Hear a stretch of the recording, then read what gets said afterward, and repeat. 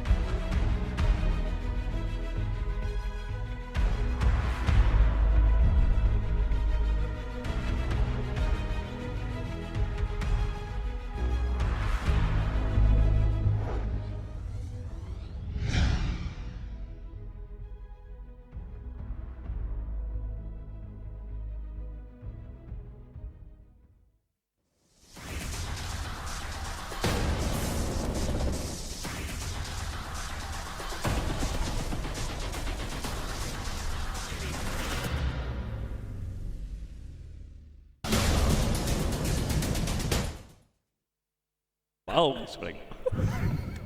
it happened. Welcome back to a Dota pit here, and we have saved the best for last. It's going to be Virtus.pro versus OG, powered by D2A.com, and I'm standing here with Merlini and Toby, guys. We're the best for last, right? Like that's what it's about, right? Yes, I'm saving the best for last. I mean the panel. You meant to back me up on that. Like you meant to actually support this. You're so humble, Toby. That's why we all like you. You're amazing, Merlini. Okay. All right. That's what it's about. Welcome to the panel, guys. We have an amazing match in front of us, and we are very ready to soon drop into the draft. But before that, this is the match, Virtus.pro versus OG, that never happened and that people were waiting for at the Boston Major. People were expecting Virtus.pro to go all the way. They were expecting OG to face them in the semifinals, and they didn't because their run got cut short by evil geniuses. But this is a chance for Virtus.pro to prove that they can do it. Yeah, maybe actually VP get a chance to go up against evil geniuses again, which we'd also really, really like. But yeah, I think VP definitely feels sad about what happened to Boston. Oh, obviously. But it was really a lot of their own creation. And now with the new patch, they said at ESL, like, this is their patch, it's their time to shine. Yeah. It suits them really, really well. So it was kind of like them, but like what Alliance used to say they were, except VP should be able to come out the top. Yeah, Ben, I mean, just to get this out of the way, on paper, who do you think should take this one? I personally think VP, because they need this a lot more. OG, you know, some of the strats were recycled, I would say, a little bit from before 7.00. Yep. VP haven't had any significant victory, I would say, in quite some time, whereas OG just came off a major win.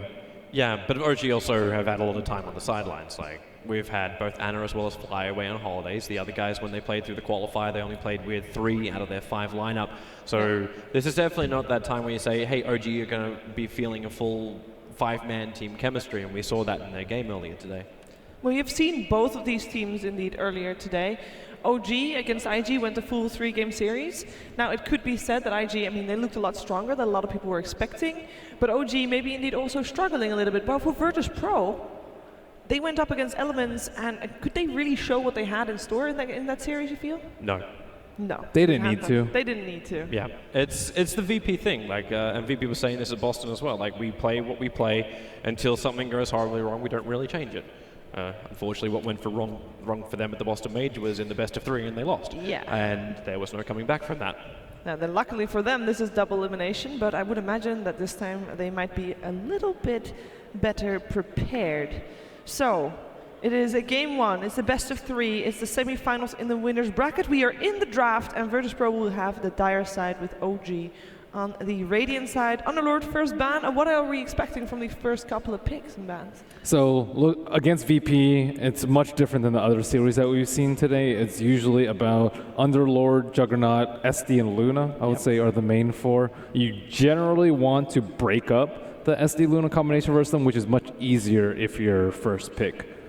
And I also want to then see from VP what happens with OG's first support pickups, to see better rotation supports almost block picked in the first phase, or potentially just countered by your earlier heroes. So look for that Earth Spirit. It's a big one for both sides, so they both might let it slip through. Maybe even the Pudge too. The creep pulling is very difficult to deal with. And I think VP are a very early game team, and they don't really want that to mess up their lanes. Would you first phase the Pudge though? Like, I look towards the Pudge to be that second phase question mark. Yeah, possibly. And especially when you start banning out these type of heroes and you let both SD, Rubik, Luna, they've all come through the pool here. And Drow Ranger too. The Axe band is a little bit surprising because S4 plays a lot of different things.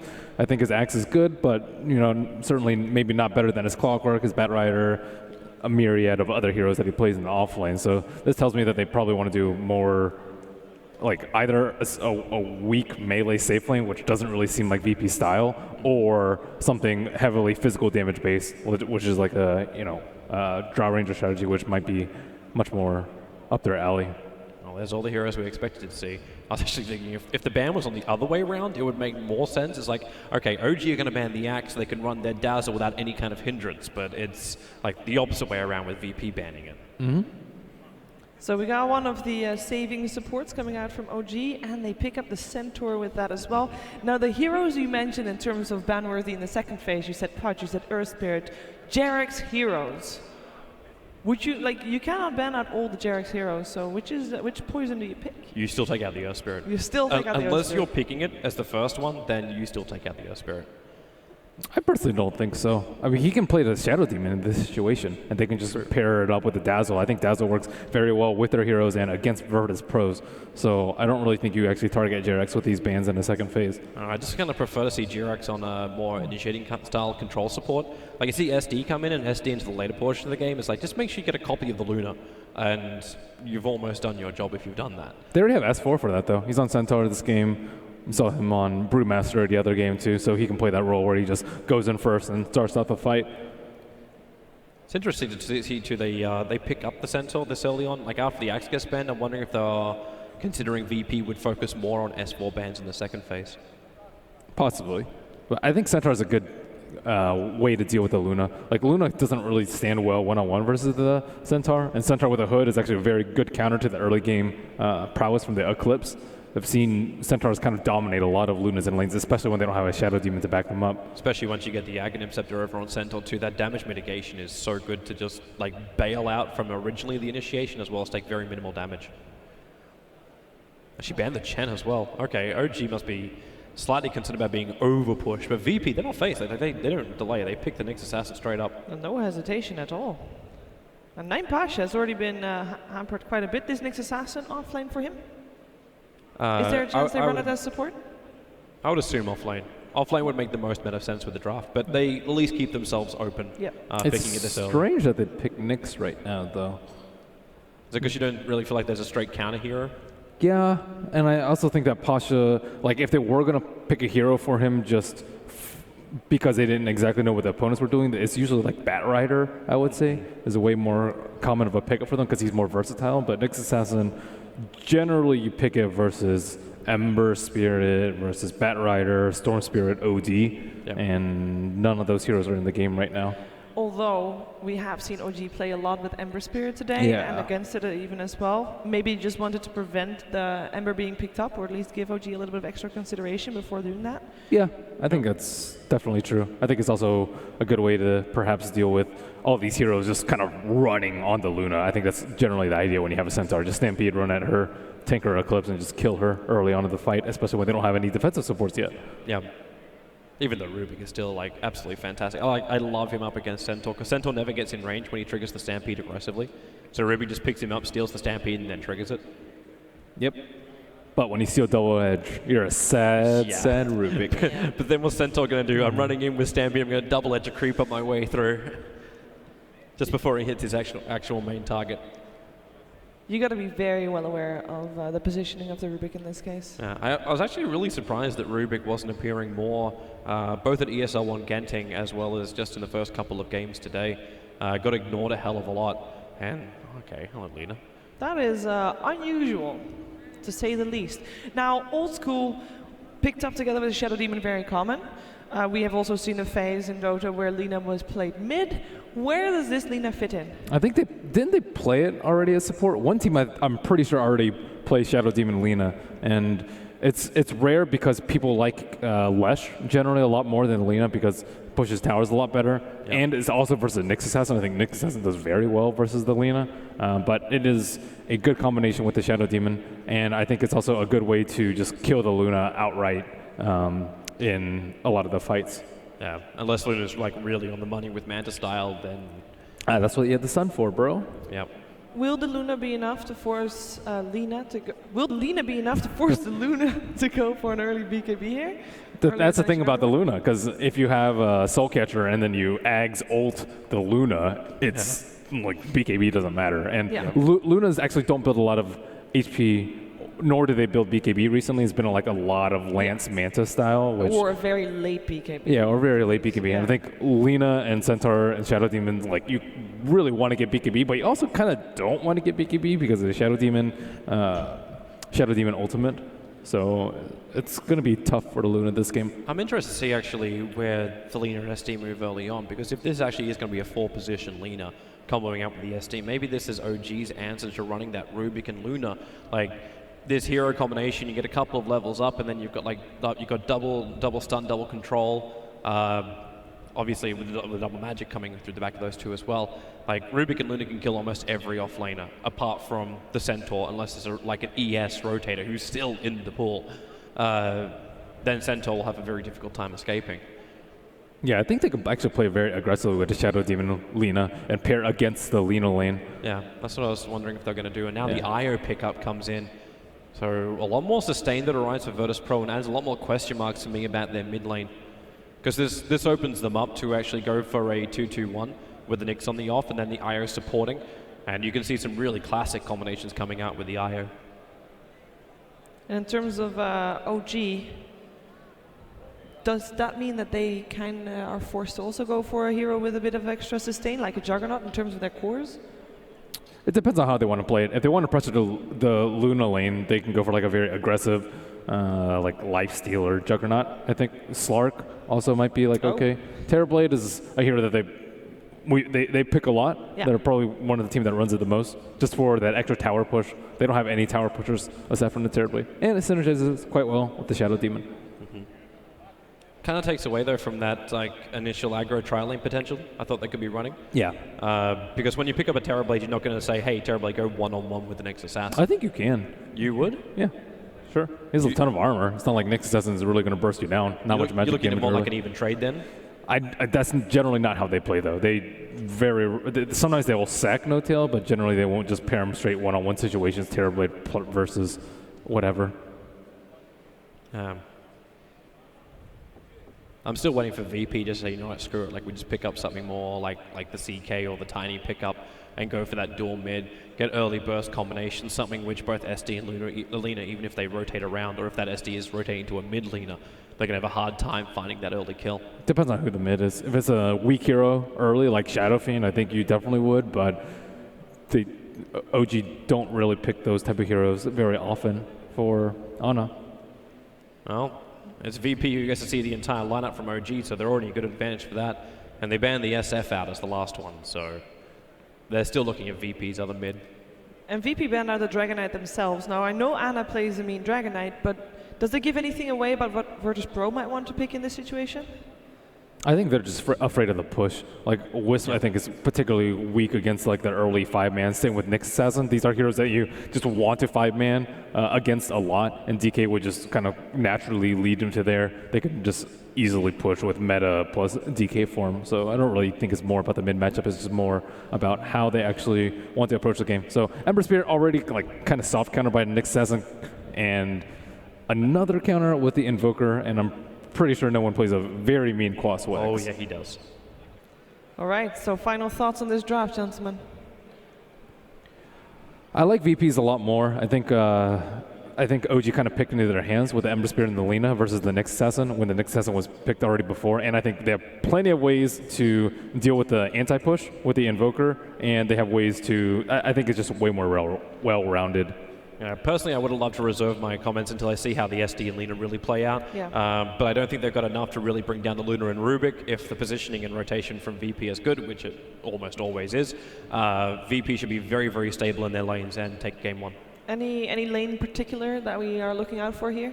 I'd like to see how quickly Nyx Assassin gets the early levels, and I want to see the off lane. How much work Centaur is able to do. Okay, well, we're going to find out how much work that Centaur is indeed able to do as we head over to our commentators, ODPixel and Gods. Thank you very much, Shiva. Indeed, it's myself and Gods getting ready to take you through the final series of today here at the Dota Pit LAN. We've got OG up against VP. We've just seen the drafts, we've seen the lineups. I mean, Gods, let's talk about this for a bit. What do you think about this? Just seeing Jerax on the Lina, something that you wouldn't have expected coming in today, a hero that's pretty much been overlooked. It's a hero I've seen him play like every now and then. I think it's a hero he really likes to play, which is probably a part of the reason it goes into picking and putting players on comfort heroes, or heroes that they just have a good feeling about going into a game can make a big difference. And I mean, strategically, the big thing is that you can burst down the Luna. The Soul Catcher, Laguna Blade, the burst damage potential between the SD and the Lina is pretty absurd, and Lina's a hero that benefits a lot from farm, because you think like, oh, burst damage support, like why don't you just pick like a Lion or something? You've got a few more disables in there, but Lina does a lot more with all the farm, and the Ags upgrade means Luna's BKB can be negated, so strategically a useful pick for them. Not perhaps quite as potent as some of his normal roamers. The Earth Spirit, the Pudge, these heroes can be a bit more disruptive in the laning stage perhaps, but the synergy between the Shadow Demon makes up for it. And another thing that's going to be very, very interesting to see how it pans out this game, I feel it is going to become this whole Terrorblade versus the Luna. I mean, who outpushes who outfights who? You know, do the Glaives destroy the illusions, or do the illusions destroy the Luna? I mean, what way does this kind of matchup go when we see these two turn up to the fights, do you feel? Terrorblade has a bazillion armor, so Luna's right clicks take some time before Terrorblade starts worrying about them, but the Eclipse is the big thing. Come team fight, the Eclipse versus Sunder is one of those kind of interesting matchups as far as whether you can lock down the Terrorblade, prevent him getting the Sunder off, and whether or not Luna can like time the Eclipse with the disables coming out from the Nyx stuns or the Rubik lift so that they can burst down the Terrorblade. And then OG have some plays they can make, like they can try and save the Terrorblade if he gets low with the disruption if he's getting stunned, to buy him time to get that Sunder off. We saw Notel have some good Sunders, some bad Sunders in his earlier Terrorblade game, and definitely a hero. He's very capable and also comfortable, and we've seen Notel play quite a lot of the Terrorblade.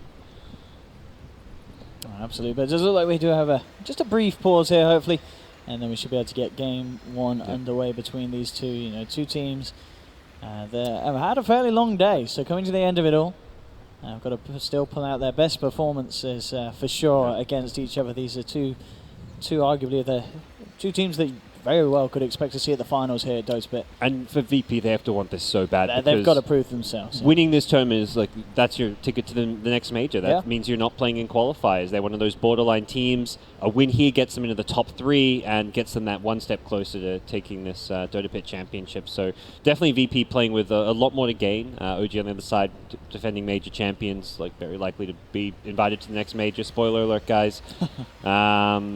But yeah, VP have a bit more to prove, and are definitely going to be more motivated to win this series. Do you find it kind of interesting as well that that OG are coming out with this Terrorblade pick so openly, at this LAN. They're turning up because this is a. I guess people knew that No-Tail was strong on it. But yeah, I mean, are we going to kind of see this from OG throughout the whole tournament? Or was it only against certain teams, or do you think they're kind of showing that this patch, this is one of their go-to heroes for No-Tail? I think they're still in that pseudo-experimental phase. Perhaps it's a poor man's Luna kind of. I think if they could play Luna perhaps over the Terror. I mean, in some ways maybe they're happy with the Terrorblade because No-Tail's played it more. I mean, I can imagine No-Tail probably has more fun playing Terrorblade than Luna. Yeah, Luna is. They're very similar heroes. That's the thing, they are. TB does what Luna does in most ways a little bit worse. Like he has a bit more downtime in terms of pushing because the Metamorphosis has a very long cooldown. But in similar ways, both heroes fight around a long cooldown. The Eclipse for the Luna, the Metamorphosis for the Terrorblade. Luna it feels like you have a lot more uptime, whereas Terrorblade is also a bit weaker in lane. So Terrorblade just all around just feels a little bit weaker than the Luna. But makes up for it in kind of other ways. The power of Reflection is one of those really cool spells, which can be very good. You turn the Luna around on herself. Sunder, of course, can. Actually, that's true. Yeah, that's fantastic. We always kind of talk about, obviously one of the ways of going up against the Luna. We see Shadow Demon, Darkseer getting the illusions out. Terrorblade has got that built in. Yep. Absolutely, something that could definitely have the potential to devastate Ramses if Fly's able to lay down a Demonic Purge onto him and get a few of those illusions out between himself and No-Tail. One of the more underrated spells of the Terrorblade. Yeah, for sure.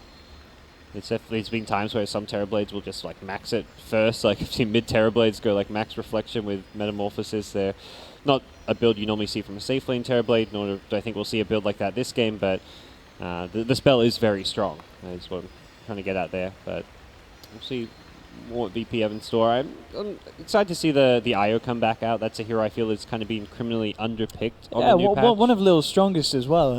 It's kind of over previous patches at least, because as you said, ESL, a lot of us were kind of like, well, we're going to see IO. It's great, you've got these extra bounty runes, you get the baller refilled, you're going to have much higher uptime, getting to the shrines, you're going to heal quicker. But it seems like teams just weren't favouring it. VP switching it through. I do like it here because you look at the two lineups. Ramses, he is going to have the backup of Lil on this support that's going to be able to save him. Over on the side of OG, Fly, last time that they played the Terrorblade, they have Fly on the Dazzle. On the Shadow Demon, you're going to be able to have a quick save with the Disruption, but it's not going to nearly be anywhere on the same level as having a Dazzle backing up the Terrorblade. Well, we'll get things back underway and see how things unravel here in the early game. Definitely Jarek's always the player to watch with OG early on. He is the playmaker, he's the roaming support, and he's the one who's going to be looking to get stuff done. And he will scout Solo out on his warding mission here.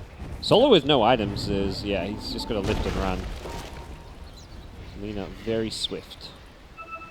I guess Solo as well, with that wraparound, seeing Jarek's coming back down from the north, will instantly assume. And indeed, the ping's already coming out from Pasha. This ward spot on this top banner is great because you see to the left side of the trees, to the right side, as well as to the south river. It's a great ward spot, but it's also a ward spot that's very common, perhaps, or will become very common and get dewarded a lot. What do you think is likely with either of the size contest a level 1 bounty rune? OG more so. They're the ones with the SD Lina. For VP, they're probably looking to just secure their lanes a bit. They're sending lots of heroes to this top bounty rune. Pasha's playing very defensively in the trees. They're expecting more people to be around. They're sending Lil out first because he can tether away. That's the idea here. But then they realize, oh, no one's here. We're safe. This is all good. We get a D-ward. And we'll go on our ways. Yeah, a little unfortunate there for OG. They did smoke up and try and go for some sort of movement. But Ramses was in a very good position. Just kind of poised on top of the high ground and dispelled it. So OG unable to get themselves over. Both sides just picking up their respective runes. And it looks like as well, scouting the lane down on the bottom, they are going to send Ramses back up to the top. They did initially have Pasha up there. So it looks like VP will end up getting the lanes that they wanted. Maybe were worried about OG going aggressive and wanted to take Ramses away, but they saw that OG weren't going aggressive. So they'll send him back up to the top. And he'll be up against this Centaur. So do you feel that this is VP getting the lane matchups that they wanted? Yeah, they did not want to send their Luna against the SD Lina plus Centaur tri-lane, or even SD Lina Terrorblade. They want to try to figure out where the supports are going to go, since Luna does have that attack range disadvantage against a SD Lina support duo. So They get Luna in the farming lane. VP's a team who kind of hits their stride in the mid game, so they just want to make sure they have the safest possible laning set up so that they can get to that mid game where they make their aggressive maneuvers, they start taking towers, and they start really 5-manning in a strong, powerful way. And I guess the question is as well, on this bottom lane, you know, Toes was talking about how well the Nyx is going to be able to get the levels. Will Ninepassion be able to get a lot out of this, or is he got to be very scared of this Shadow Demon Lehman? He will if Lil can get this pull. He missed the first one. Lil at the Dire tier 2 tower at bottom tried to tether the attack over to the creep wave and missed that one. He has the nice camp to do this, but without chopping down these trees, it's a little bit harder. He could actually just standard pull this if you chop down the trees using the tether, but instead he's trying to rely on hitting the tether timing as the Hill Troll or Dark Troll summon his attackers in the mid-air and drawing aggro that way. It's pretty tricky to do. We see Jarek's kind of circling that area, perhaps expecting Lil to be making this kind of a play or be in this position. Also circling the other Dire jungle, saying, hey, maybe he's stacking neutrals as well. But yeah, Lil missing that really hurts. If you get that pull, suddenly you're level 2.5. You get a bounty rune, you're almost level 3. That's what we saw earlier from like some of the pudges from Jarek's and stuff. Mid lane, Lil. So you're going to head over and just top no one back up. The CS at the moment in the mid lane, 6 for 2, 5 for 0. So even start between the two of them. Another D ward, both Radiant Observer wards being taken out here.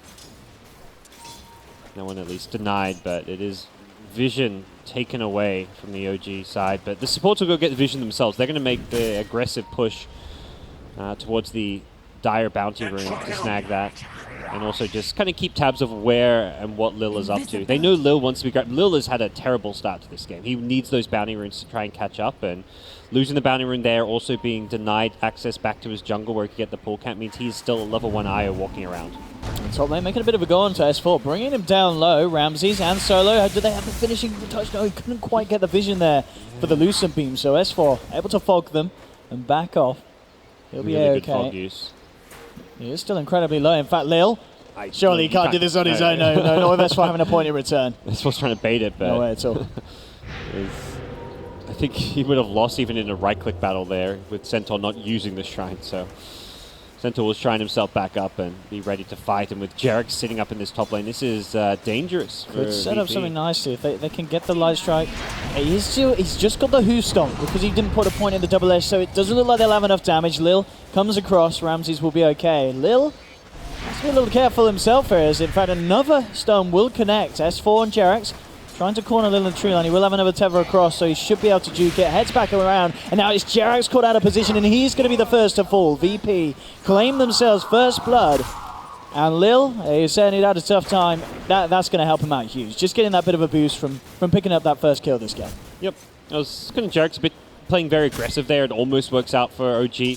Got Luna very close to the threshold. Then Io got very close, but Jarek's in the end finds himself a bit out of position with how aggressive he played and gets punished. And yeah, that does help Lil a lot, who gets some much needed experience onto his IO. Overall, lane's going all right for VP. The Luna kind of getting the farm you'd expect. No one in the mid lane. Doing good, but not great. Like, he's not kind of winning the counter pick matchup as hard as you'd like sometimes think, but Ember, of course, does decently well with the full-man shield. Oh, Anna and Jarex, they have found Lil here. They'll blow him up immediately with the combo. No one and Solo trying to go for a turnaround kill onto Jarex. Anna, can he save me? Actually got a DD rune here, so doing a fair bit of damage to Solo. They have lost Jarex. Can Anna find anything else in return? He turns back towards no one, but Lil backing up the Invoker as well. It could be Anna that's in trouble as he's out of mana, trying to get himself back up to the high ground. Flies there, holds back one of the members of VP with a disruption. Jarek's going for the combo, brings Lil down with a stun, but it's not quite enough to finish him off. Anna walls up. They can't get themselves back in, but OG do keep Anna alive. And we'll be able to get the D-ward done in the mid lane as well. Ooh. Starting to get a bit scrappy here across the map. Both teams reacting to each other in full force. Both teams with their shrines will get back into fighting shape, which is really good news for the Ember Spirit, who's not quite level 6 but wants to get it. So he'll be able to head right back in that middle lane without having to make a fountain trip. And once he's level 6, then he can start playing around the Fire Remnants to have more efficient healing trips and bottle refills. Oh, and hang on. Top lane, Ramses managed to get a solo kill onto S4. That... that shouldn't happen, should it, guys? That must have been S4 making a bit of a miscalculation, bit of a mistake, hanging around for too long. S4's hoping no one's going to remember that one.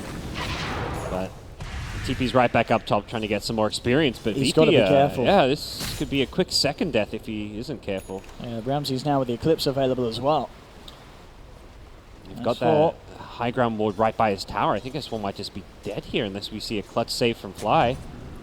He's going to be in a lot of trouble potentially if Solo wants to go for it, but they're not going to go full in. They do see obviously Fly in the neighborhood, so they know that there's backup and not wanting to blow everything on a failed attempt. So I think it's safe. Ramsey just continues to push the lane in.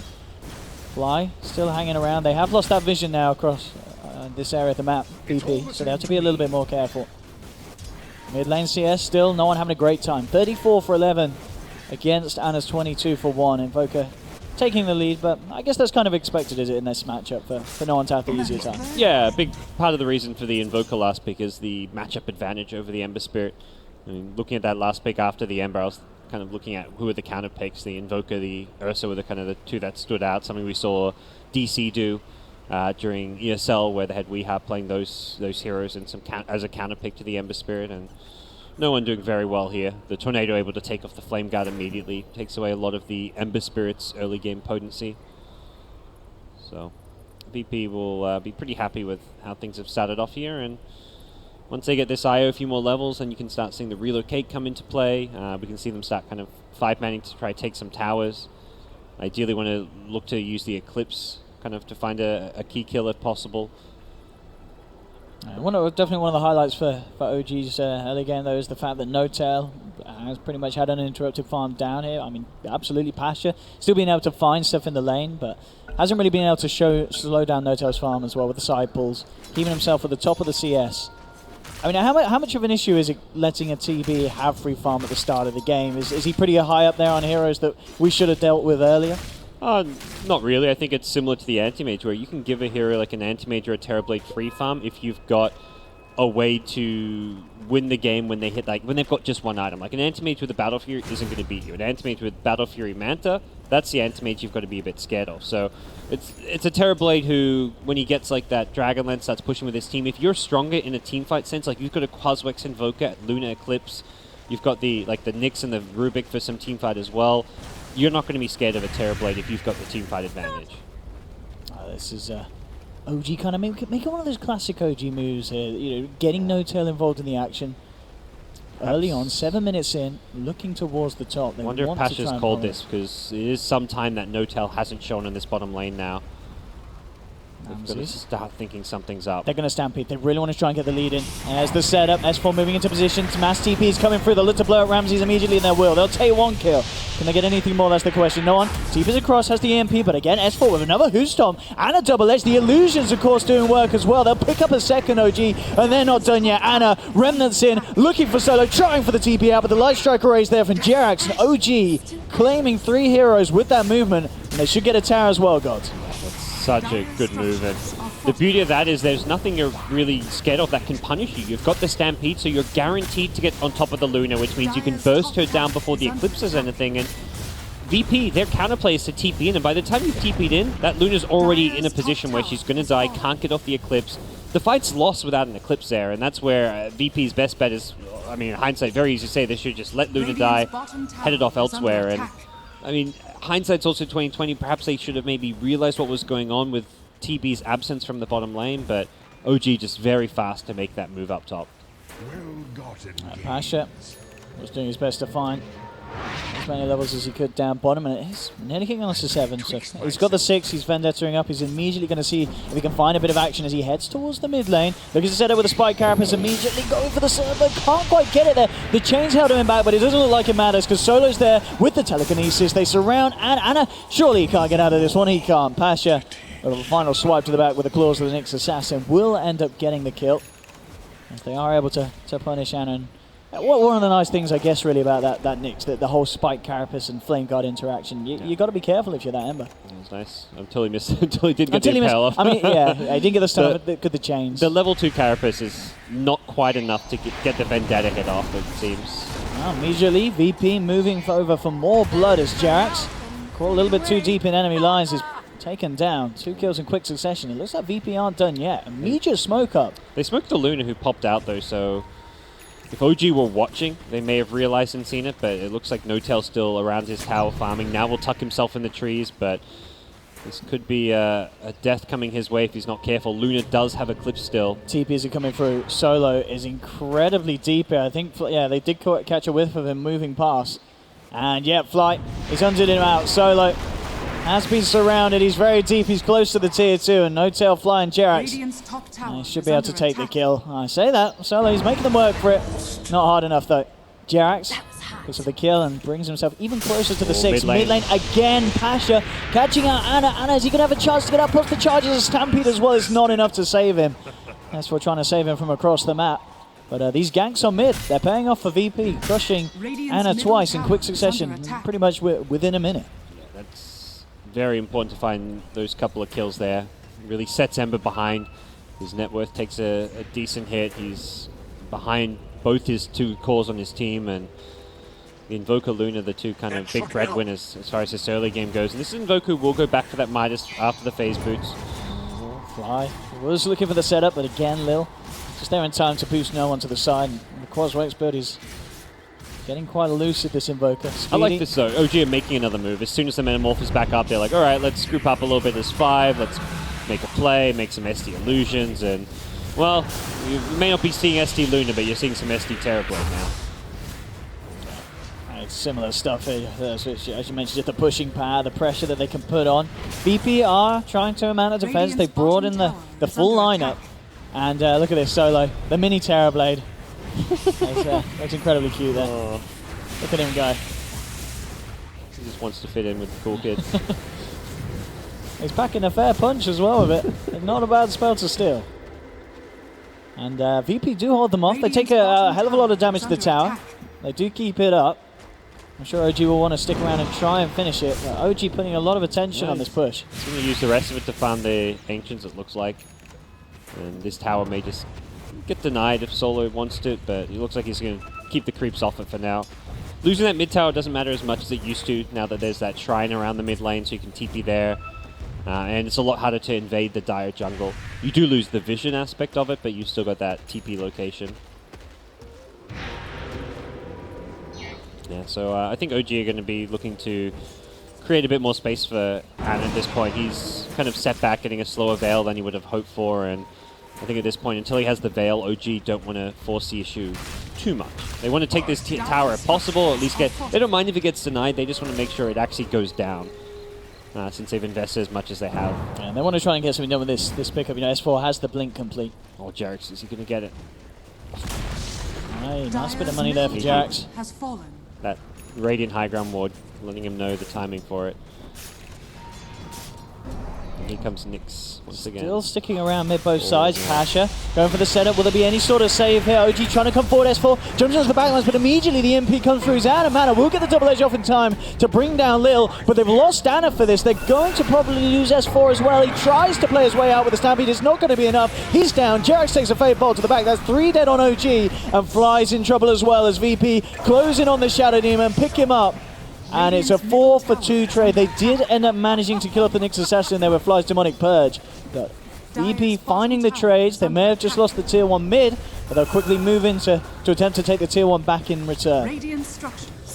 Dang, this Ember has been the undoing of OG this game as far as how the pickers match up against Nyx Assassin.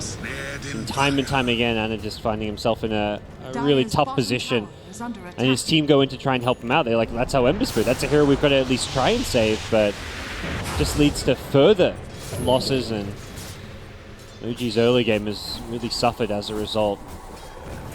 Just about to finish off that Veil at least, but it's now 3 deaths to Ana's name.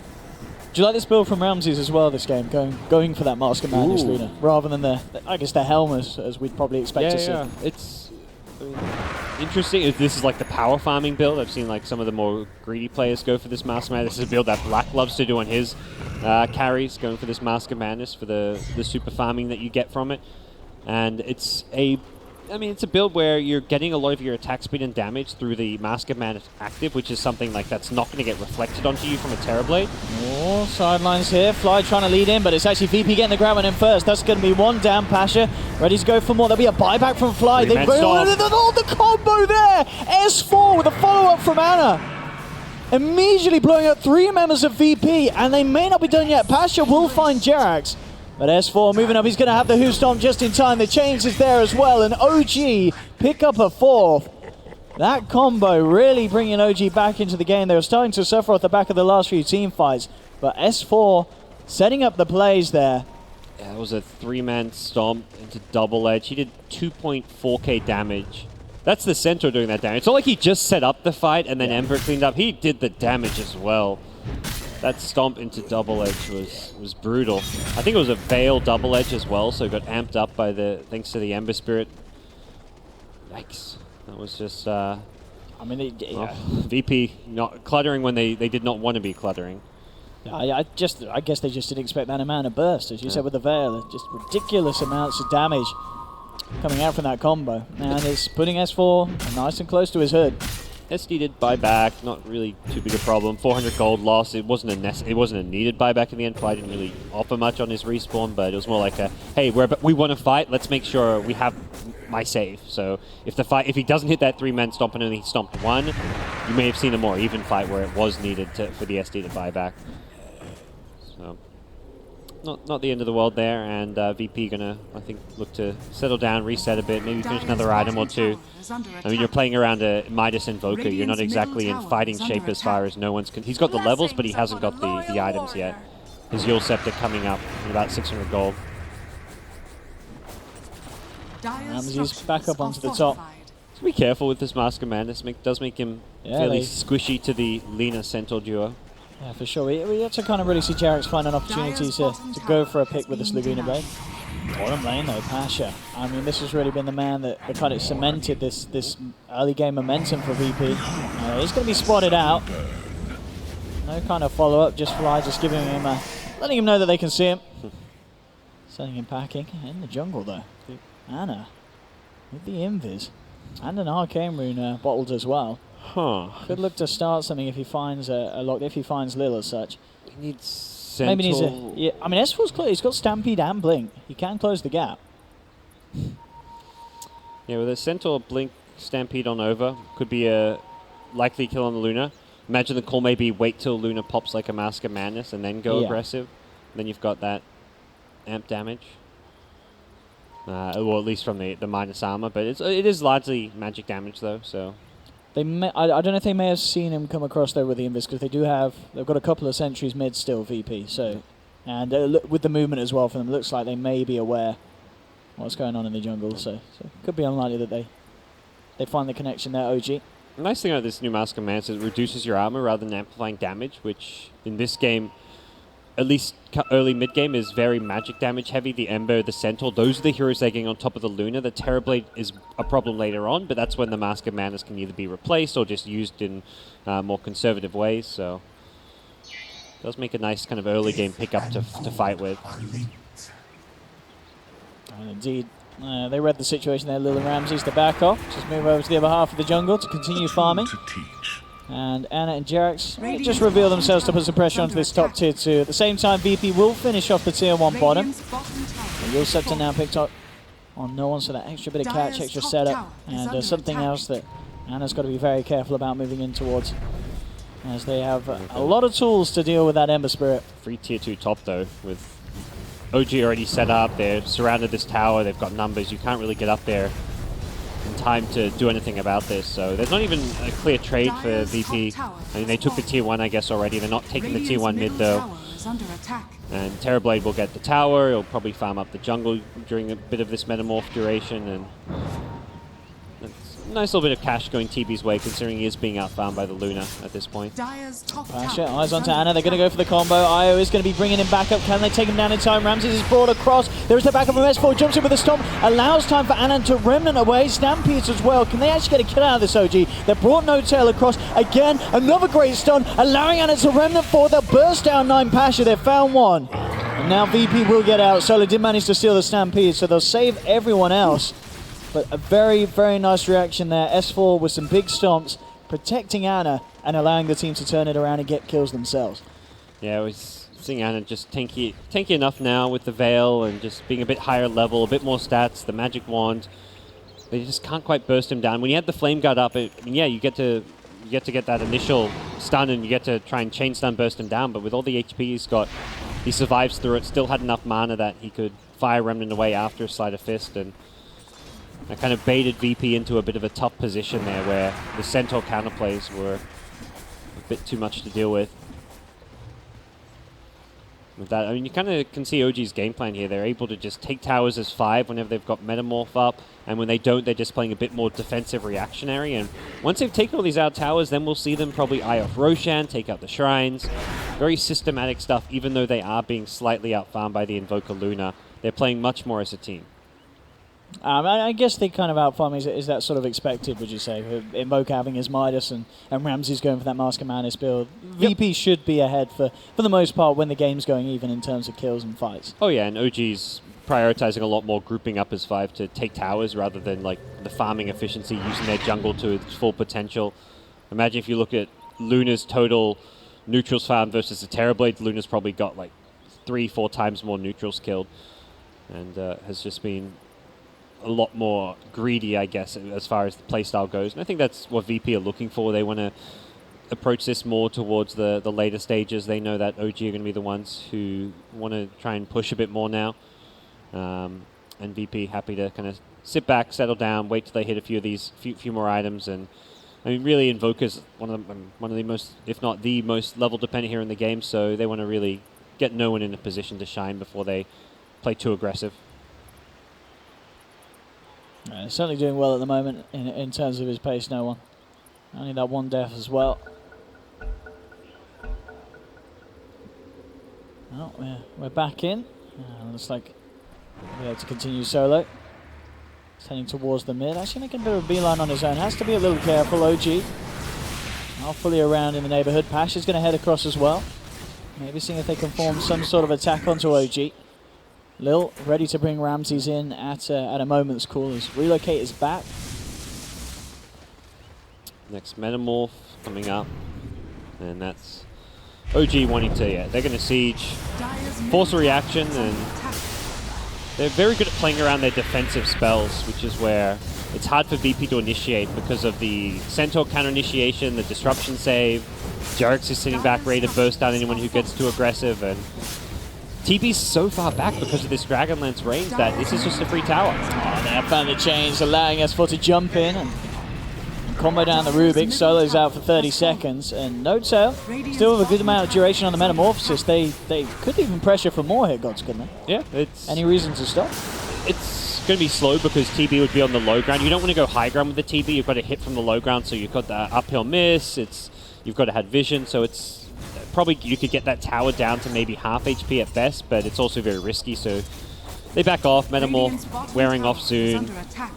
Not really worth the potential losses, and they'll just, again, it's wait for their Metamorph cooldown. That's the big spell they play around. And the real difference here between the two teams that we're seeing, I kind of compared TB to the Luna and looked at TB like in some ways as a slightly weaker version of a Luna. One thing TB does is when you pop that long cooldown Metamorph, you guarantee you push a tower. Luna, your ulti's more for a team fight, and we're not seeing any value out of this Eclipse. We haven't seen an Eclipse really, one Eclipse the whole game, I want to say, maybe? VP have not been making the aggressive maneuvers. They haven't been getting value out of this spell, whereas Metamorph has been used 5, 6, 7 times, and every single time it's being used, towers are falling. Midland pressure's being put on here by VP. OG kind of teasing with the idea to fight, but they back up. They'll let VP take that one. VP claim the tower. More money into Ramsey's pocket, putting him saves very, very comfortably at the top of the net worth. 11,500 net worth at this point. It feels like what VP need to do earlier in this game is every time OG 5-man push, use Metamorph, get a tower, go and take a tower back. There's no Metamorph up. You don't really want to fight and defend towers like that in OG's position without the Metamorph. It's very risky. And if VP position right, where it's just the Luna in the front, you don't really want to engage on a one hero with the Centaur. You can take that tower pretty safely. So they need to just be in a better position to punish that Metamorph going on cooldown. It looks like they get the T1 mid. They're immediately top. trying to still make another go. Metamorph is back up this time, but I think VP just feel like they can get up here faster and make something happen before OG can fully react. What do you think about this decision from Mano as well in terms of his build? He's actually picked up a Blink Dagger relatively early on, so either the Veil bots into the Blink. It's a gap closer. It synergizes well with the Centaur, who initiates in on the Luna. Then Ember can immediately be on top of the Luna as well, and it also gives you that safety that you still got the Fire Remnant to escape. You don't want to aggressively Fire Remnant in because then you've got no escape plan. So you can just blink in, Searing Chains, put your Flame Guard up, do some good damage as well, and then save your Fire Remnants for escape purposes. All tier 2s taken off the board by OG. So they're ready to put pressure onto any of the lanes, and they still have that kind of little pots of gold around the map that they can still take from the shrines. That Tornado missing due to the disruption means some damage could be done here, but Logan comes in, definitely blasts the disarm, and yeah, this will be the end of the push. Ooh, nearly catching Jarex with that stun. Crash is immediately going to chase down so we can find anyone else, but already the TP is out from Fly, and the rest of them, they're back to safety. So VP unable to get any sort of punish, but they're holding on to their high ground. It's yet to be the opportune moment for OG to push on for more, and as we're mentioning, farm is looking very strong for VP's cause. Ramsey's continuing to sail ahead. The gap is certainly getting bigger between him and Notail. This feels like their timing. You've got the Blink initiation on Pasha. They just used Metamorphosis to do some damage. Go and get something big if you're VP.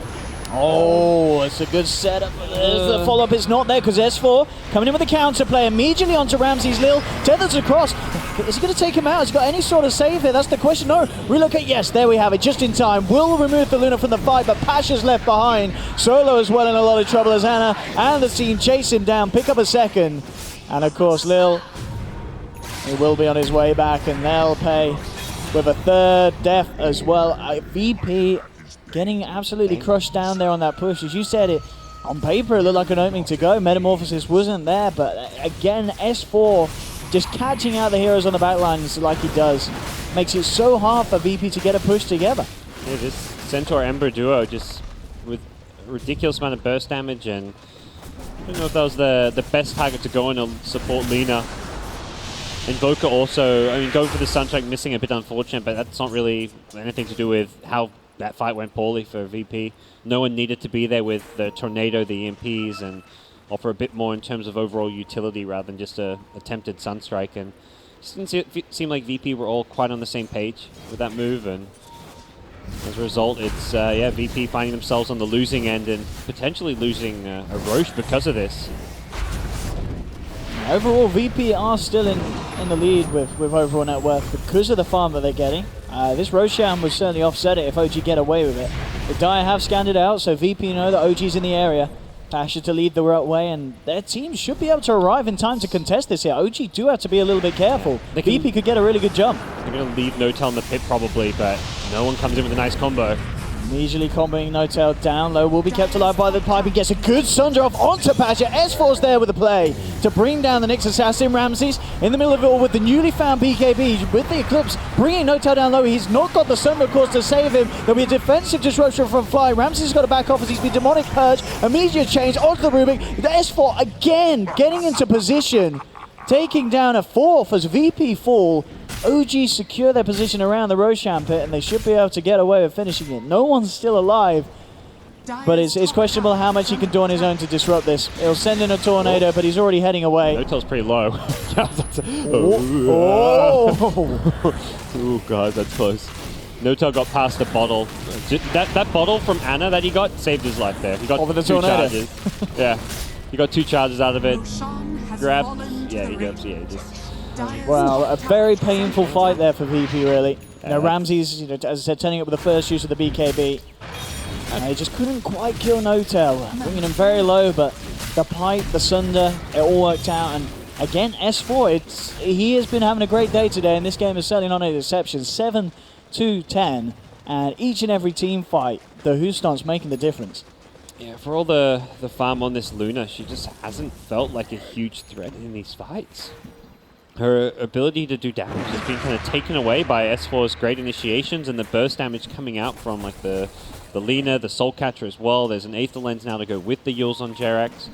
And this is such a aggressive potential that threatens this Luna every time she gets near a fight. Coming not just from like a Centaur, but from a Lina and an Ember Spirit. All this magic damage makes it very hard for Ramses to fight. And he doesn't have and the Nyx is kind of trying to be that frontliner, but we're seeing Pasha often just get blown up at the start of the fight. So hero that kind of wants to Vendetta in, but also may just have to blink in, so it's a very tough game for Pasha to play this Nyx hero. Rhinos found Lil on the back lines here. Stampede to set up, needs to burst him down. Well, with S4, they'll make short work of the Aya. Again, OG finding the pickoffs, opening up the map and setting up to taking down a shrine. More gold into the pocket of OG. As VP won't be able to do anything in response to keeping that shrine alive.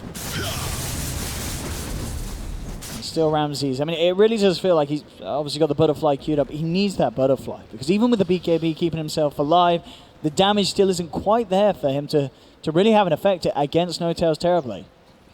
No-Tail's just going from objective to objective, and this is even kind of like before that super scary TB stage. The Manta's now there with the Dragonlance. It's like the first push or fight with it, but it's really just been the straight up Metamorph. Just go down the lane, push, and do what you can. And kind of see No-Tail, even from his talents, he's gone for the plus health over plus damage.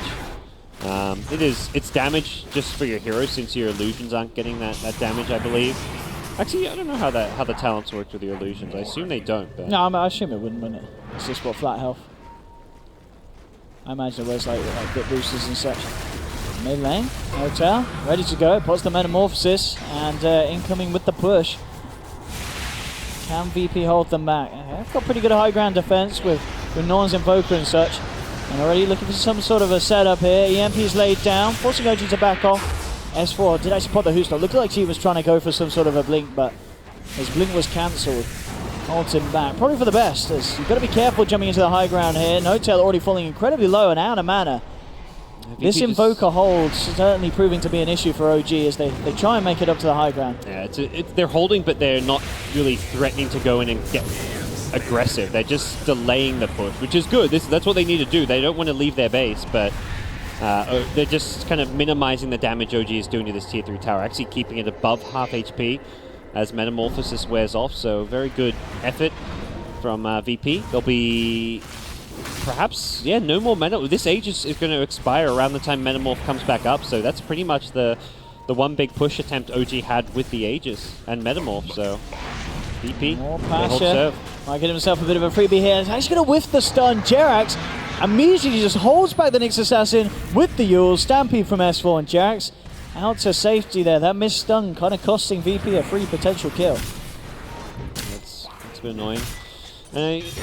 Looking at the kind of net worth, you kind of see the problem VP are going to face. They've got 2 very farm cores, but OG have 4 heroes getting decent farm. So yeah, Terrorblade, Ember, they're not as farmed as this Luna, but you've got farm on the Centaur, on the Lina. There's a Lina who's queued up a Rod of Atos, could go into an Ag Scepter if she wants to for the Luna BKB. The Centaur is going to have an Ag Scepter. That's a really teamfight changing spell. You pop Eclipse and suddenly Centaur uses an Ag Stampede and no one's taking damage. It's really going to become a story of 4 heroes playing like cores on OG's side against 2 on VP's. So I do worry for VP's ability to transition to the late game. There's a tremendous amount of pressure, probably more so in the Invoker than anyone to be that super scary late game Invoker. Solo. He's getting caught out by steals. The Remnant able to get away, and now VP comes straight into the fight. Put the BKB, the Eclipse, and Remnant's up to the high ground. In fact, he's just going to TP out of there, and it looks like he will get himself safely away. S4 is already being picked off, though. They'll surround Fly. VP will take a second here. And Jax reveals himself with the Laguna Blade. He's now kind of surrounded in the tree line. The illusions actually forcing him back as well. No-Tail tried to turn up to back up the team. Anna's back in. In fact, a jump forward from Pasha. Despite Carapace, but he's not going to be able to catch them out. And in fact, Jerax just turns around, takes him out of the Dragon Slave. Now Ramses and Norn are able to beat down on the Lina, take Jerax's life.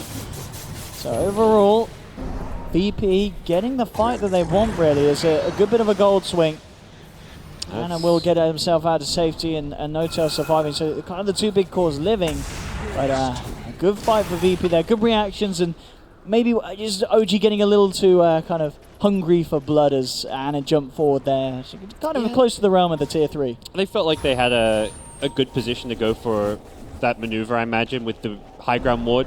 They had a lot of good vision, but Luna's rotation in as the stuns came out on the Ember proved to be very problematic. Even though Ember survives, the whole OG team is forced to commit to like basically stick around the Ember. Like, okay, our Ember's been gone on. That's an Eclipse, so we need to stand with this Ember. This is our core hero. And then suddenly it's a fight being turned around. Once the Centaur goes, the Centaur is very important for this OG team fight.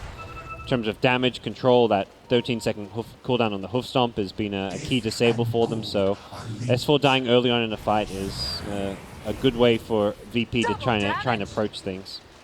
And Ramses is just getting absolutely massive at this stage. And thanks to fights like that and such. Lincoln's not the butterfly, so wants to stop the disruption coming out on him, at least partly. The Sunder, of course, very good at stopping TB, just randomly sundering you in a fight when you're not expecting it. The Laguna Blade. It's pretty nice because there's not many easy spells you can just throw to cancel. I guess the Demonic Purge is perhaps one, but that's not... I mean, how do you kind of free up your slots? You've got a lot of effectively defensive kind of secure items, and damage isn't really going to be there at the moment for Ramses. It can look to use the ultimate, I guess, for damage. He'll probably replace the Mask of Madness with the Butterfly next, and he's so far ahead in farm that like he dishes out damage just through levels and having just what he does. Like the Lincolns is still at least some stats and some like a tiny little fraction of damage. Or OG of the high ground here. No one. S4 with the lead in, the perfect stun locks down, immediately just getting blown up by Laguna Blade, and they're not done yet. They're going to look for another core, but Ramses pops the BKB, ready to turn No-Tail with his BKB as well, manning up against the Luna, but in fact, the damage is too much. No-Tail fully low, he's out. No-Tail's down. There'll be a buyback from No on VP. They want to find more. Solo remnanting forward, another remnant to close the gap. Onto Fly, telekinesing him back into the Sunstrike. VP take a third. Big fight again for Virtus Pro. OG starting to slip, it feels. Yeah, No-Tail was like running around. He had the Sunder. He didn't want to use on the Luna, who was about the same percent of HP as him. He saw a chance to go for the Rubik, but didn't get it off. If he got that Sunder on the Rubik, could have been a different fight for him, but... And I mean, just look at the damage Luna did. I mean, with the Eclipse and at the right clicks, I mean, as we said, he doesn't really have a damage item as such, but I mean, as you said, it's a Luna, gods. He's just going to punch like a ton of bricks. And you can't easily go in that Luna with the BKB and Lincolns. The two defensive items guarantees that Luna can just stand there, just glaives away. And by going defensive items, it means she's really dishing out more damage in a team fight as a result.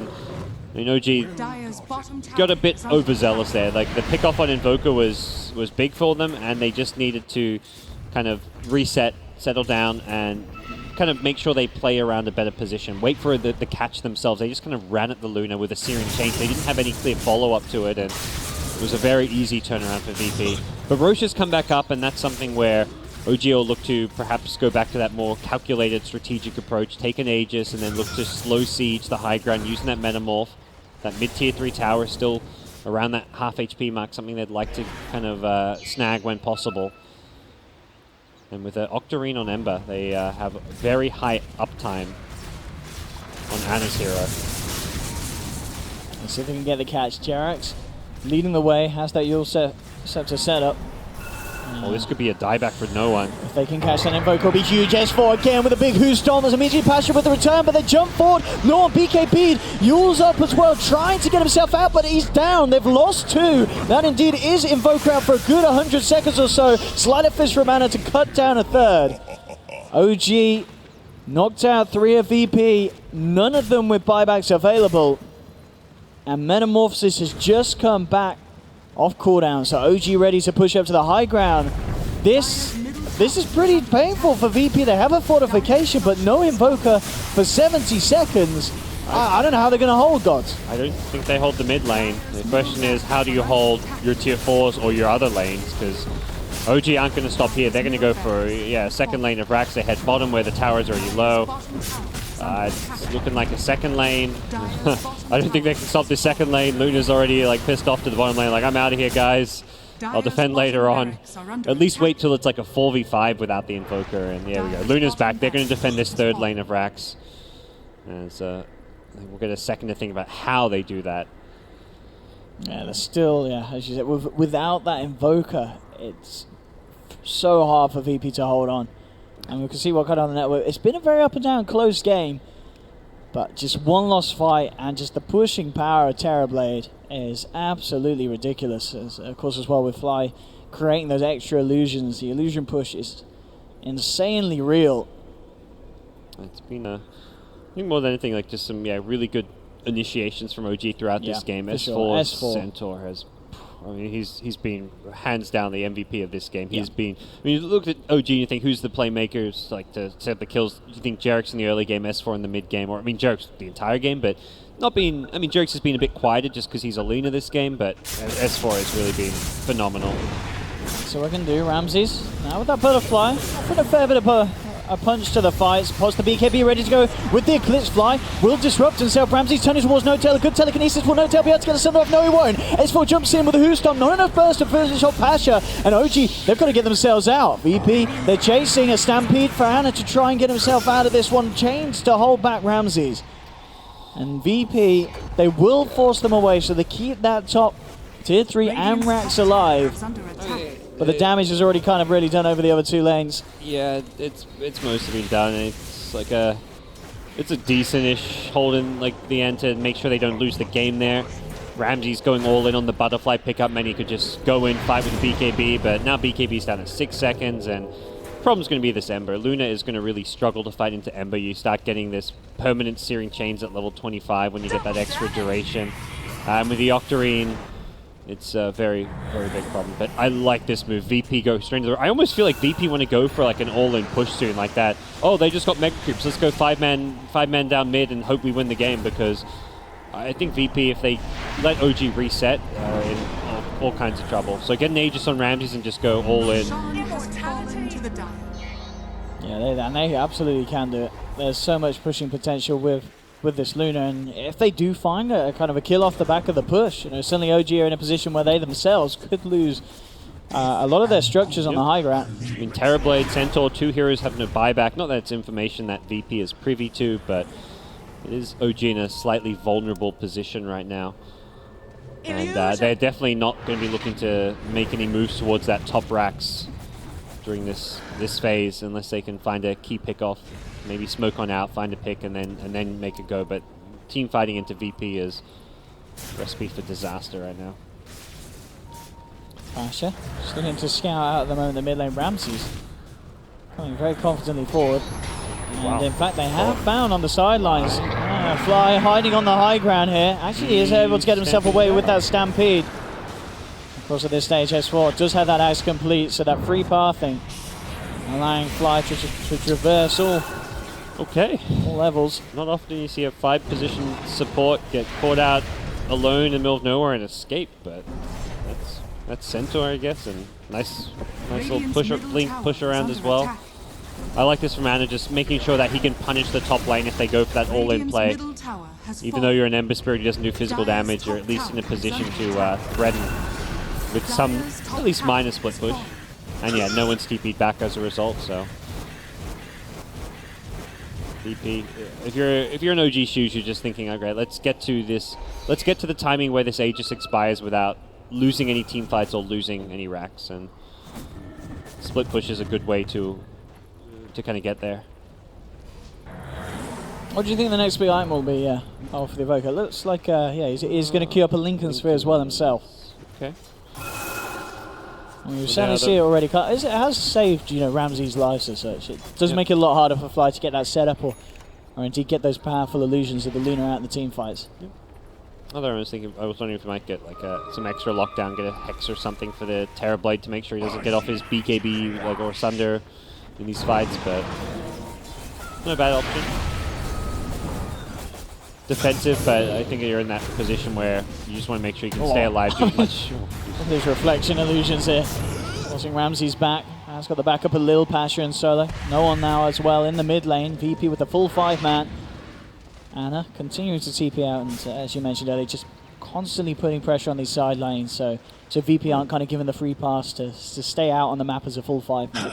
Kind of knows that between at least like the Dragon Slave, the Shadow Poisons, that his teammates can clear creep waves pretty well, so he's going to continue to force those TPs back to the side lanes, and this is being just slow, steady split push from Anna, just buy time, bait out the Aegis expiring, and once the Aegis expires, that's when you can kind of expect OG to make perhaps a bigger move out on the map. Axe Now completed here for Solo.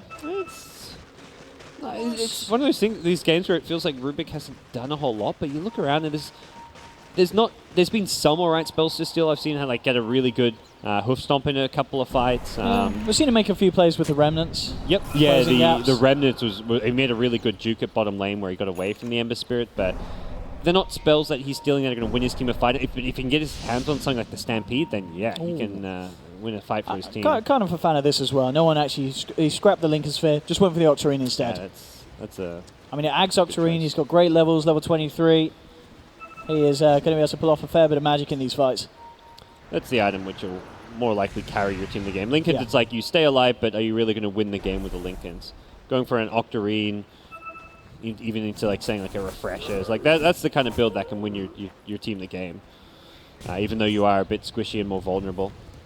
So BP, they hold on, but still tough. They're down those 4 racks, and they're not going to get anything. I mean, what they get out of the Aegis is that OG themselves don't get. Because if OG got that, game could have just ended with a like 5-man push down top. So it does buy them some time to farm a bit more, get a few more items. I said, I mean, Ramses is kind of close to that 6-slotted point. He's going to probably replace the Aegis with this queued up Skadi, so he gets more stats, more survivability. But that is more stats that can be turned against him through the reflection.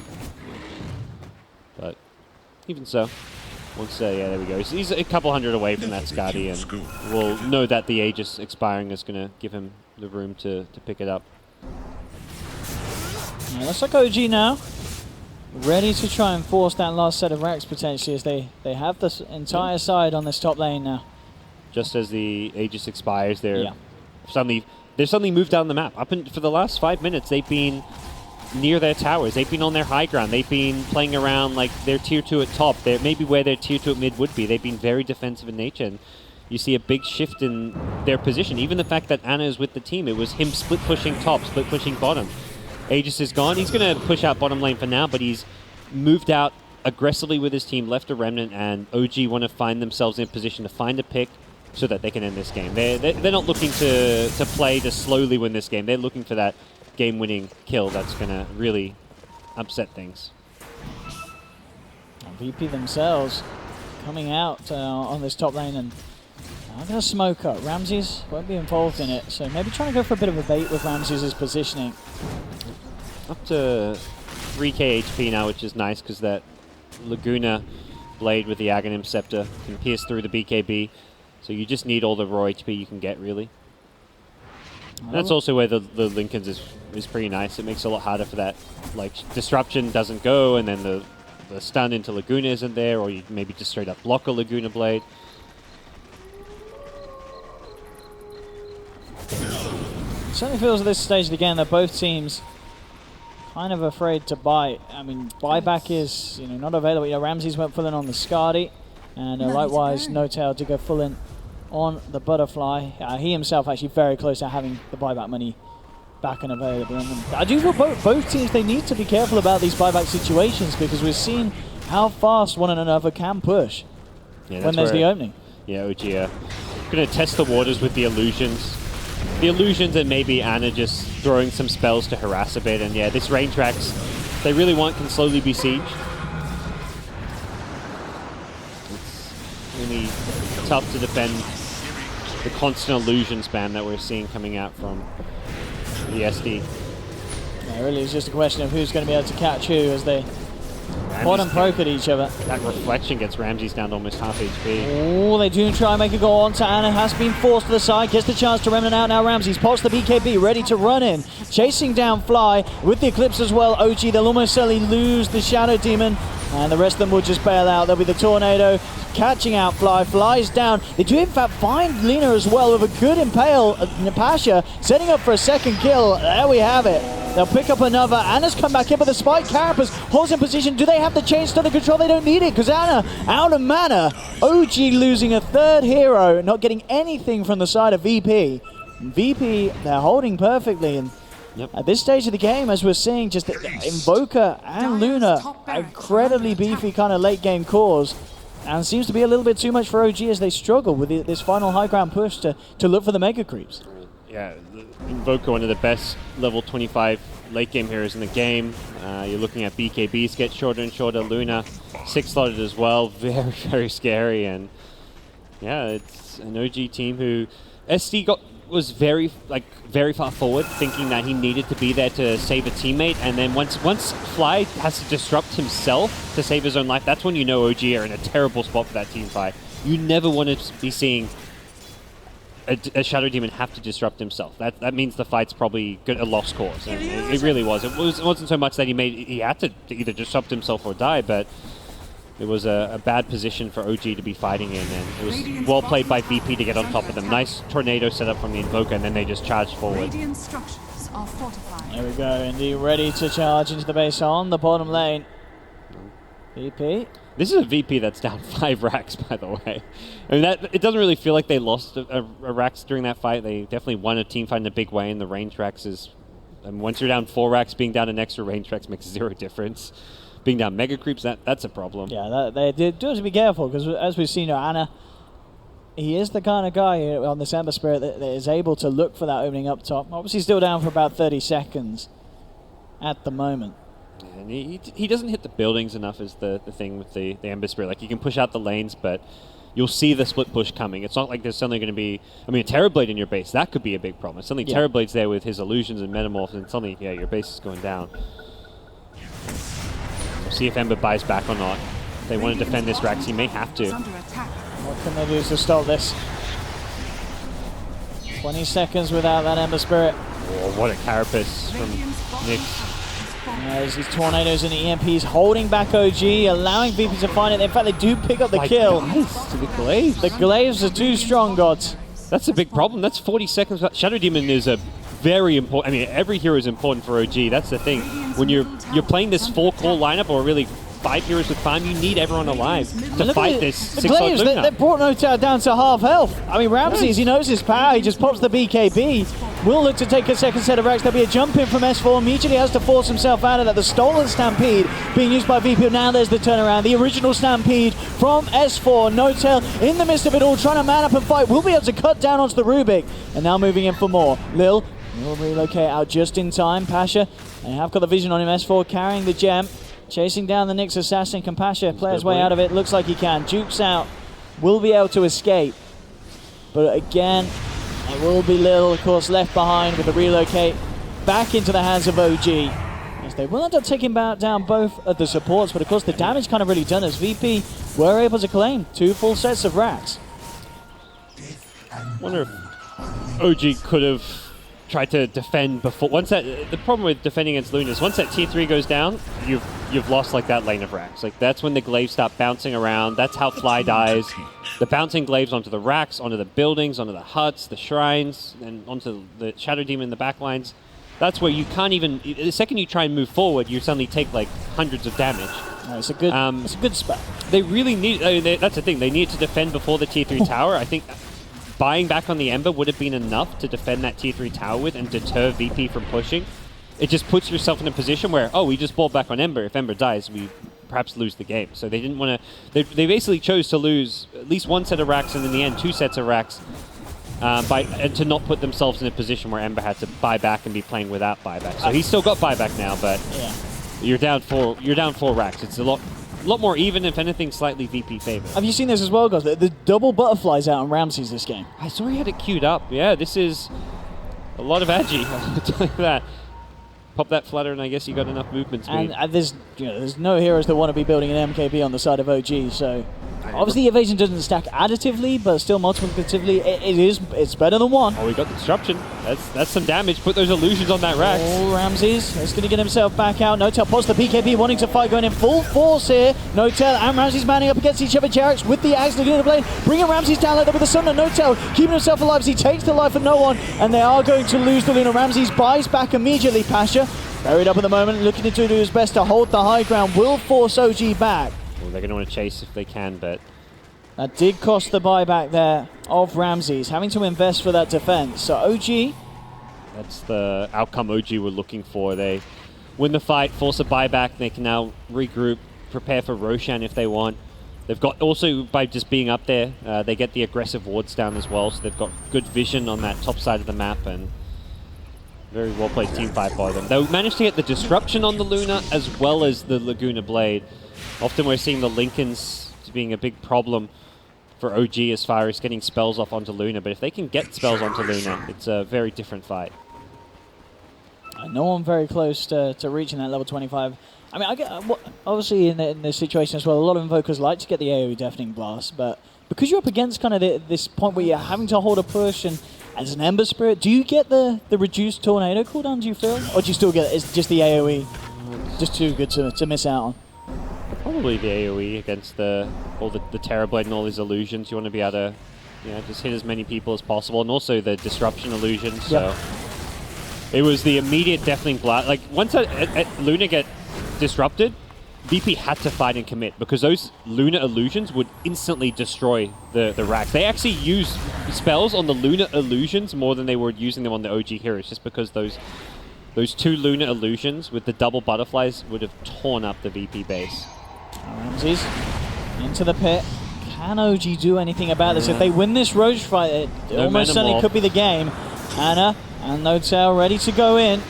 Proving hard to do so on the side. No one used up. Anna jumps in, but immediately no one pots the BKB, turns towards Fly. Fly forces back. Anna jumps into the midst of it all, bringing them down low. Lil falling down, and they'll take the IO. They'll get the kill onto the Invoker as well. Pasha buried up, but it's not good. Is it going to be enough to keep him alive? It looks like he is. They can't quite finish him off. Finally goes down to a side of Fist. There'll be a buyback for no one, but look at the damage that Ramses is dishing out. The dual butterflies are too strong by the looks of it. 2 buybacks from OG as they come back into it. Roshan will remain alive. Oh, Notail did not save for buyback. He bought the javelins, didn't sell his ring. He doesn't have buy. If he had buyback, he could buy back and secure Roshan, possibly win the game. It looks like they may get it anyway, though. Yeah, they will get this anyways. I mean, VP, if you're really scared now, you have no buyback on Luna or Invoker. This game is really at a kind of all-in-ish stage. And getting an Aegis on the Ember Spirit who just bought back, very, very useful for OG. So they will still get it anyways. Terrorblade now has the money for buyback. He won't have to use it. And now they can push forward. They can perhaps farm a bit more on Terrorblade to make sure he has buyback once again. And then go for that last Rax with Aegis, with Cheese. And try and find that key pick off on one of these core heroes to take them out of the game for a long, long time. VP throwing a lot into that last fight. Yeah. We're seeing gold swing. It's up and down, up and down. So even still. I mean, Fly's doing a really good job of getting on top of the Luna, finding a timing to get the disruption illusion. And the second Luna's disrupted, VP are like, all right, we're going to fight. We're going to throw some stuns at those illusions, stun the rest of OG. OG's trying to go in off of that disruption. Anna's got to be careful. Ooh, Pasha. Nearly catching Anna out there. Not the time to be getting too greedy as an Ember. You've got your items. They've got to be ever so careful at this stage of the game.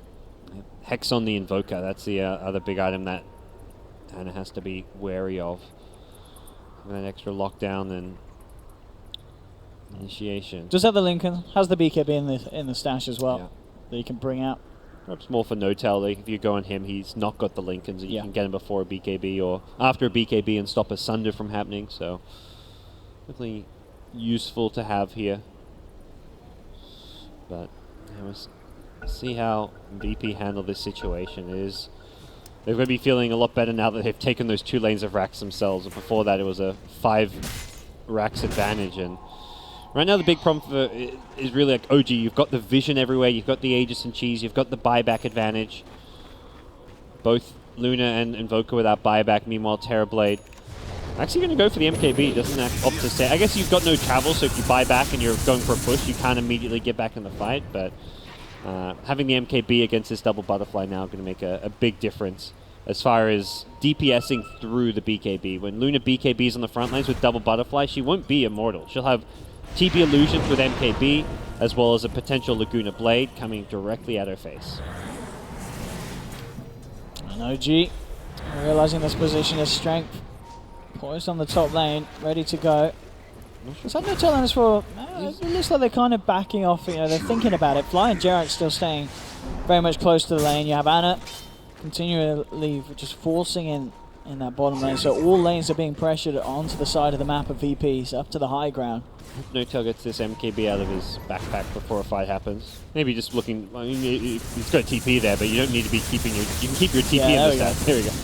Let's say if he fights with that in his backpack, oh god, he'll be kicking himself after this game. Yeah, he's got the cheese as well being handed over. That's handy. He's still only got 1800 HP. That feels very lackluster when you compare it to like the Luna, who's sitting on 3.4k. But Luna going to get chipped away at. Yeah, we'll see how much of a difference that MKB makes if No-Tail can get his hands on Ramses. Career going out. Looks like Luna is going for an MKB. Yeah, I get it. She kind of needs it because of herself, really, doesn't she? So she can deal with her own illusions that are being sent at her. Well, kind of works. Yeah, yes and no, maybe. I guess she's also giving the MKB to the opposing team's illusions to hit her. But I mean, it works both ways. Yeah. But yeah, now she'll be able to at least kill the Terrorblade a little bit easier. Kind of maybe toggle between these a little bit, but the Lunar illusions from the Shadow Demon are being dealt with very well. Like Viper actually prioritizing disabling them, bursting them down. Anytime Luna's been disrupted, there's been like a big concerted effort from the Nyx especially to go in, carapace, impale them, throw as many spells as possible onto them. But yeah, this game's getting tense now. Buybacks, 50 seconds. So 50 seconds on this window for the Luna, and the Invoker is probably similar. Oh no, Invoker's 250 actually. So Luna's buyback was from some time ago. The Invoker's was the more recent one in the fight around Roche. That's where Luna will be probably just saying like, guys, just hopefully we can defend out one more wave, and if I have to die for another high ground hold, that's an okay acceptable trade. Interesting to know as well. It looks like Ramses did sell. He sold his second butterfly to buy the MKB. Yeah. Well, he's seen the MKB on Terrorblade, so that double butterfly lost a lot of its value. Still okay to have one. You're using the flutter to move around a bit. It's great agi and all that, but you're kind of looking at more raw damage at this point. The stacking no longer quite as useful. And we've actually smoked up here. Not sure how well this can work. Nice ward from Jerick's on the high ground in. Could potentially set them up for something. I've got the Atos into the Soul Catcher combination onto the Luna, jumping from S4, but immediate tornado, no one's there with the combo. S4 hexed up, Ramses puts the BKB, ready to go with the Eclipse as well. Ana still going to jump forward, looking for Pasha with the Sleight of Fist, bringing him down low. Ana getting nuked down out of the mana though with his mana, but immediately ripped to pieces. The Aegis on the floor. Lil he keep himself alive here. No-Tail pounding into him, will take down Io already. VPR having to back away. Ana turns towards Pasha. Pasha forced back with the Vendetta starting to back off. There'll be a buyback from Solo. They have kept the melee racks alive for the time being, but immediately Solo stunned up. There'll be a jump in, but immediately S4 again with the reaction play. Hitting the two-man Who Stomp, opening the final set of racks to be taken down as OG have now claimed Mega Creeps. And with 3 heroes down on VP, no buyback left on them. There's very little they could do. Ramses is going to send himself forward. Tries to mantle off the Light Strike Array, but it's not going to happen. Ramses is down. OG have done it here in game 1. And finally take the victory. I mean, boy oh boy, did VP make them fight for it. OG proving to be the strongest side of the end of the day in this first game. Some very flashy performances, but once again, you've really got to talk about S4. He showed us one of the best performances on Centaur, I feel like we've seen in a long time. That was, he controlled that early mid-game so impressively. That fight at bottom where he hit the 3 hero stomp, that was where VP seemed to be finding their groove, starting to make some aggressive moves, and suddenly he turns around some VP invasion into their jungle with a 3-man stomp into the... That was the Ember's recovery. Up until that point, Ana was getting... And Ana did recover. You've got to give kudos to him how he kind of climbed his way back up after those 3 very damaging kind of pickoffs that were done from Pasha's rotations at the start in the mid lane. Ends up the game 14-5-18.